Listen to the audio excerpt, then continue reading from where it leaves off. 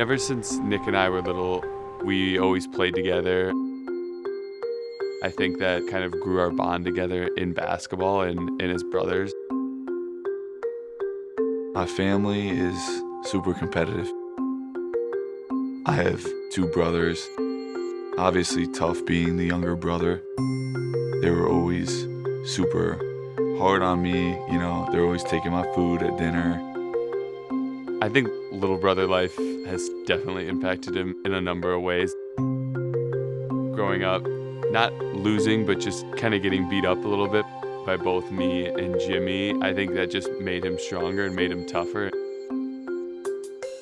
I think I model my game after my brothers. I kind of was shorter in middle school to high school. I started watching Dom, who's a little shorter for his position, and he's just throwing him up there. I'm like, all right, maybe I'll try it. Started working, so yeah, I stuck with it. He previously committed to Elon. When their coach left, he decided to look at other options, and Northwestern was his only, I would say, high major school that was truly interested in him. The journey started when he was about 9 years old, when he was a camper at my basketball camp. Him and his brother Dom. As soon as we saw that he was going to be available and had opened up his recruitment, for me, it was a no-brainer. The drop off, the spin, and the finish. He plays in the mid-range, and he's very effective in that mid-range. He's found a way his whole life, even in high school, where he gets a lot done. He can get fouled, he can score. He just has a knack for putting the ball in the basket, but it's a little bit unconventional. I think probably in recruiting, people looked at him like, how is that going to translate to the Big Ten level? And, I just felt the opposite. I just saw someone that always found a way to get it done. This has always been his game. If you talk to any of our friends in high school, they're like, same old Nick. Everything he does it in his own way, and I think that's part of being the youngest brother of three. I have such an amazing support system. I'm unbelievably grateful for that. And that's part of the reason I wanted to stay around, because I hang out with my family all the time. More than 99% of college students, I'm home all the time. And I love it. It's just an amazing opportunity being here in front of all the people that I grew up with.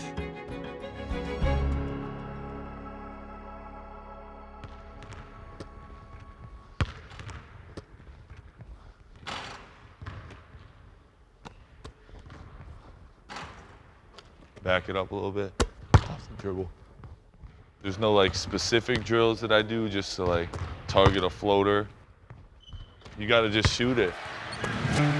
Martinelli spins baseline on Humbrickhouse to the rim for two. He just is so comfortable with uncomfortable situations. You can't have any constants, you gotta just throw it up there. Making sure you're shooting it, full speed. A lot of times, if you're doing drills at half speed, your touch isn't gonna be the same. So, yeah, that's definitely important for having a good floater. Sometimes you gotta just pop your feet, shoot a little floater. That's Nick Martinelli's floater right there. That's a difficult shot that he makes look easy. That is a very hard shot because a lot of times it's on the run, it's on the move. And because he's lefty too, I think it makes it even more unique. It's just a mix between kind of a floater and a push shot. Coach loves to call it the flipper because he knows I don't like it. Martinelli will float it up. Did he call glass that time? A flipper doodle off one foot off the glass. He'll take it. Describing Nick as a player, really I only have one word that comes to mind, and I kind of think of unique. I can't really compare it to anybody else if I'm being honest.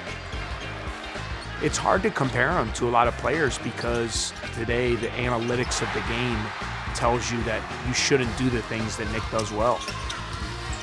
A lot of times it doesn't look pretty.